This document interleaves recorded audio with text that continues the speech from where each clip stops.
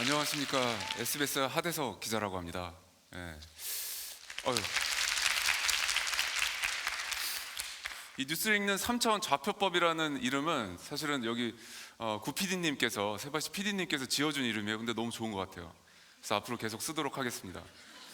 자, 저기 보시면 저 꼬마아이 굉장히 귀엽죠? 눈빛이 보라색이에요. 그죠? 그래서 3년 전쯤에 페이스북 같은 SNS에서 이 사진이 어마어마하게 많이 돌았습니다. 이 글씨에 보면요, 1000만 분의 1 확률이라고 돼 있고요.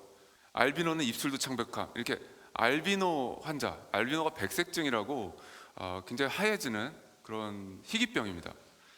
그러면서 뭐 굉장히 좀 안 좋은 얘기를 이 아이한테 하는 겁니다. 그래서 저희가 찾아봤어요. 되게 열심히 찾아서 맨 처음 출처를 드디어 찾았는데 어딘가 했더니 유튜브였어요. 근데 거기 밑에 설명에 어떻게 달려있나 봤더니 파란색 눈인데 빛을 받으면 보라색으로 보여요. 그러니까 원래 파란색 눈 아이였던 거죠. 보라색이 아니었던 겁니다. 근데 우리나라에서는 보라색이라고 난리가 났던 겁니다. 알비노 환자라고 동정을 하고. 근데 저 아이 입장에서 얼마나 황당했겠습니까? 이게 최초의 출처가 유튜브다. 그리고 사실은 알비노 환자가 아니다. 그리고 세상에 수많은 눈빛을 가진 사람들이 존재한다라고 알려줬더니 댓글에 막 저희한테 고맙다는 얘기까지 하시는 겁니다. 그래서 굉장히 보람 있었던 작품입니다. 스브스 뉴스 모르시는 분들 위해서 잠시 소개 말씀드리면, 스브스라는 이름 자체가 SBS를 좀 낮잡아서 부르는 이름이거든요. 댓글에 많이 달리죠. 그래서 저희는 그냥 저희도 그냥 뭐 대단할 게 하나도 없고요. 여러분들이랑 같이 놀고 싶어요. 이런 마음으로 처음에 저랑 같이 만든 권영인 선배가 지은 이름입니다. 그렇지만 스브스 뉴스의 모태는 SBS이기 때문에 SBS의 신뢰도와 정확성은 그대로 계승하겠다는 그 마음을 갖고 처음에 시작을 했습니다. 처음에는 조만한 회의실에서 실험적으로 시작을 했고요. 그리고 1년 뒤에는 어엿한 근사한 사무실이 생겼습니다. 그래서 인원도 많이 늘었고요. 저희는 주로 SNS에 있는 정보 중에 재미있는 것을 재가공해서 많이 콘텐츠를 만들고 있는데, 여러분들 SNS는 재밌다고 느끼시나요? 대부분 재밌다고 느끼기 때문에 많이 보잖아요. 근데 저희가 내세우는 슬로건이 하나 있습니다. 바로 정확하지 않은 재미는 재미가 아니다 라는 겁니다. 이게 무슨 말일까요? 이게 뭔가 되게 재밌다고 느꼈는데 나중에 알고 보니까 막 울기도 하고 웃기도 하고 그랬는데, 알고 보니까 이게 사실이 아니었어 했을 때 느끼는 배신감, 허탈감은 상당하잖아요. 사실은. 그렇기 때문에 저희는 사실은 SNS에서 돌아다니는 여러 가지 정보의 진위 여부를 가려서 팩트 검증하는 그런 기능을 많이 수행했습니다.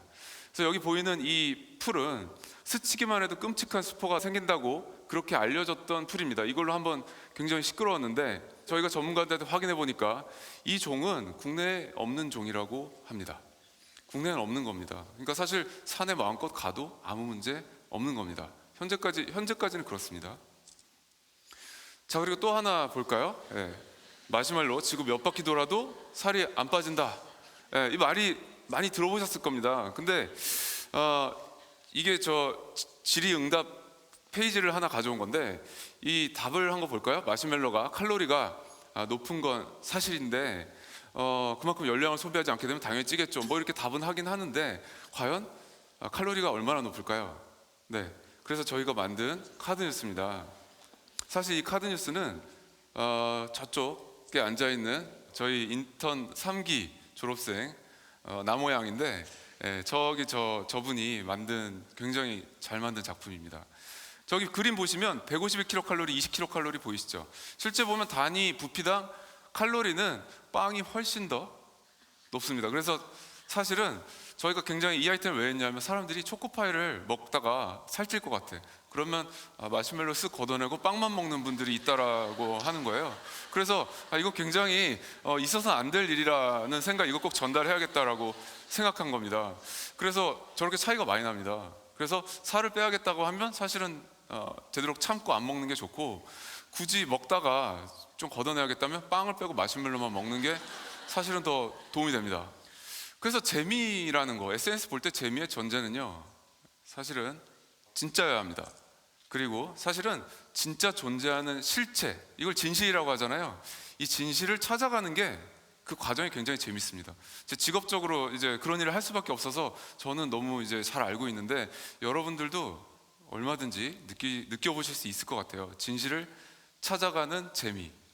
그렇다면 진실을 찾아가기 위해서 뉴스와 SNS를 어떻게 읽어야 될까요? 이제부터가 사실 본론입니다.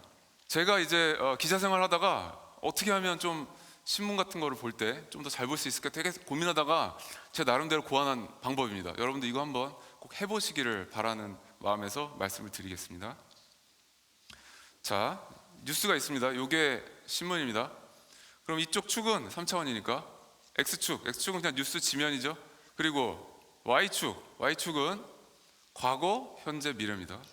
그리고 Z축, 이 뒤쪽, 그리고 앞쪽, 외연, 그리고 이면입니다. 이면. 뉴스 뒤에 숨어있는 뭔가가 있을 거야. 여기 보이는 거는 이게 보이는데 이거 말고 뭔가 숨어있는 게 그걸 이면이라고 하죠. 이면이 있을 거고, 외연은 뭔가요?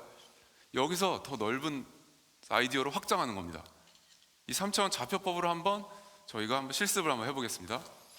자, 여러분들 다 보셨을 겁니다. 문재인 대통령께서 당선된 직후에 파격의 연속이다. 뭐 이렇게 청와대에서 아이스 아메리카노 들고 같이 이렇게 터벅터벅 산책하는 모습. 그랬는데 사실은 Y축을 보는 거거든요. 지금 자, 이 현상이 있게 한 거는 누가 이 현상을 만든 걸까요? 과거로 가봤더니 저희가 찾고 찾아보니까 사실 이 현상은 대통령의 파격은 그 원조는 고 노무현 전 대통령이었다는 겁니다. 이게 당시에 당선인 시절이었거든요. 그때 한번 여의도의 목욕탕에 한번 가셨어요. 그래서 기사화가 많이 됐거든요. 그래서 저희가 그 아이템으로 딱 그 아이디어, 그냥 이 뉴스를 보다가 과거에는 어디서 비롯됐지? 하고 질문을 던진 다음에 그걸 알아보다 보니까 노 전 대통령이 이때 이런 일이 있었어. 그래서 우리나라가 발칵 뒤집혔어. 목욕탕에 가서. 그래서 이 아이템을 만들게 됐던 그 아이템입니다. 자, 제목은 오늘 목욕탕에서 대통령을 만났다죠. 목욕탕에서 대통령이 나타나니까 다들 깜짝 놀랐어요. 그리고 그게 기사화가 되니까 일부 신문에서는 대처 박정희 같은 리더십이 아쉽다. 그리고 지도력 문제에 대한 막 여러 가지 지적이 나왔고요. 그때 이제 현재 이제 작가로 계신 유시민 작가께서는 이제 노 대통령을 좀 두둔했는데 기성 권력 문화와 굉장히 거리가 먼 사람이다. 그래서 낯설 수밖에 없지만 언젠가는 사람들이 이거를 인정하는 날이 올 것이다. 이렇게 말을 했던 적이 있습니다. 그때 당시에. 근데 하여튼간 뭐 이렇게 여러 가지 시각이 존재하는 가운데 한 가지 생각만은 국민들이 확고하게 갖게 됐습니다. 그것은 대통령도 그냥 사람이네 라는 생각입니다. 그 전까지 가져본 적이 없던 생각입니다. 그래서 저희가 이 카드뉴스 만들었고, 대통령다움에 대한 새 역사를 쓴 인물이 남긴 이 말은 이제 진짜 현실이 됐다라고 끝맺음을 맺었습니다. 이게 Y축에서 얻어낸 한 가지 깨달음이었습니다. 자, 그 다음으로 가볼게요. 이거는 제가 이 세바시 원고를 준비하면서 딱 보니까 이제 지난주 금요일 날 조선일보에 실렸던 일면입니다. 예산터로 최저임금 전례 없는 실험이라는 거죠. 지금 이제 최저임금이 갑자기 오르니까 중소상인들이 너무 갑자기 큰 충격을 받잖아요. 그래서 정부에서 일정 부분 지원을 해준다라는 정책을 발표하는데 거기에 3조 원이 들어가서 과연 효율적으로 예산을 쓰는 것일까에 대한 논란이 일고 있고, 저는 언론으로서 지적해야 될 부분을 잘 지적했다고 생각합니다. 그런데 과연 이 현상을 갖다가 좀 Y축 말고 이번에 Z축으로 가볼게요. Z축 어느 쪽으로 가냐면 저는 바깥쪽으로 갈게요. 외연이 뭔가요? 자, 세계적으로 한번 보자는 거예요. 한국 말고 좀 더 넓게, 시각을 넓게 가져가서 세계적으로 어떻게 되나 보니까 세계가 지금 실험 중인 거예요. 이게 2016년도에 한겨레 신문 기사거든요.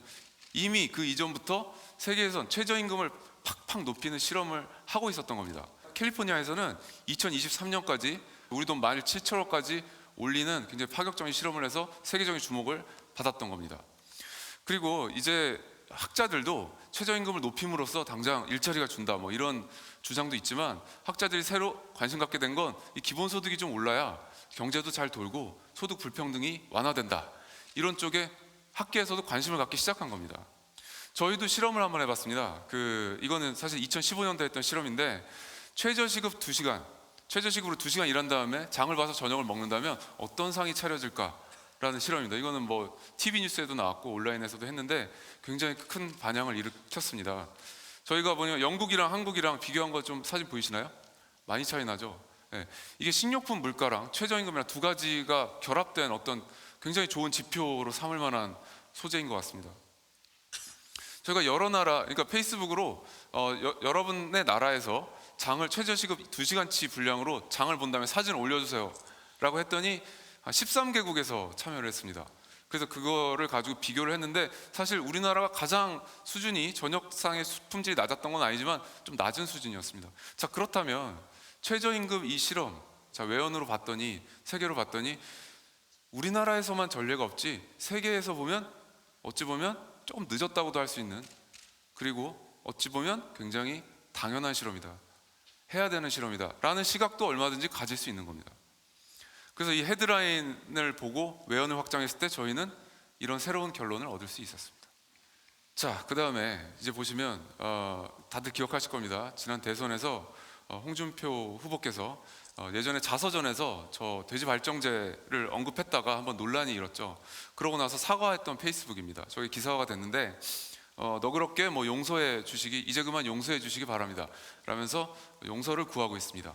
뭐 논란이 됐지만 이렇게 스스로 용서를 구하는 모습은 뭐 잘했다고 저는 생각합니다. 그런데 그냥 용서 자체를 구했다라는 그것보다 좀만 더 이면으로, Z축입니다. Z축. 이면으로 들어가 보면 어떻게 될까요? 그 이면으로 들어가서 저희는 뭘 봤냐면 댓글을 봤습니다. 댓글. 그러니까 홍준표 후보가 어떻게 뭐 사과를 했는지에 대한 관심보다 댓글에서 사람들이 어떻게 이 이슈에 대해서 반응하는지를 본 겁니다. 좀 더 깊숙이 본 거죠. 보면 이 뭔가 굉장히 면죄부를 주고 있습니다. 이해할 수 있는 거다, 과거에 뭐 이런 거 안 해본 사람이 있어, 뭐 이런 식의 댓글이 굉장히 많이 달렸습니다. 그래서 저희가 댓글을 다 모아가지고 분석을 해보니까 혈기왕성한 젊은 남자가 그 장난으로 했고, 그리고 옛날 일 정도면 이해할 수 있는 거다라는 코드가 굉장히 많이 있었습니다.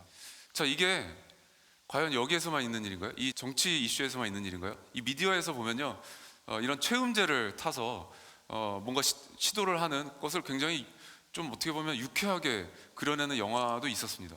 소설에도 그런 게 있었습니다. 그래서인지 모르겠지만 지금 이 돼지발정제 비슷한 최음제가 인터넷에서 굉장히 광범위하게 유통되고 있습니다. 저 계속 수사하는데도 안 없어집니다. 그래서 45년 전에, 되게 오래된 일화지만 사실 45년 전이나 지금이나 돼지발정제를 대하는 사회적 시선은 크게 달라지지 않았다. 이것은 후보의 잘잘못의 문제가 아니라 우리 사회의 문제 아니냐라고 깊숙이 Z축으로 깊숙이 파고 들어가서 더 볼 수가 있었습니다. 저는 그래서 뉴스나 SNS를 볼 때 이렇게 3차원으로 좀 입체적으로 한번 보시라는 말씀을 드리고 싶습니다. 일단 뭔가 사람들 관심을 많이 끌어, 그리고 나의 관심을 끌었어, 그럼 뭔가 있는 거거든요.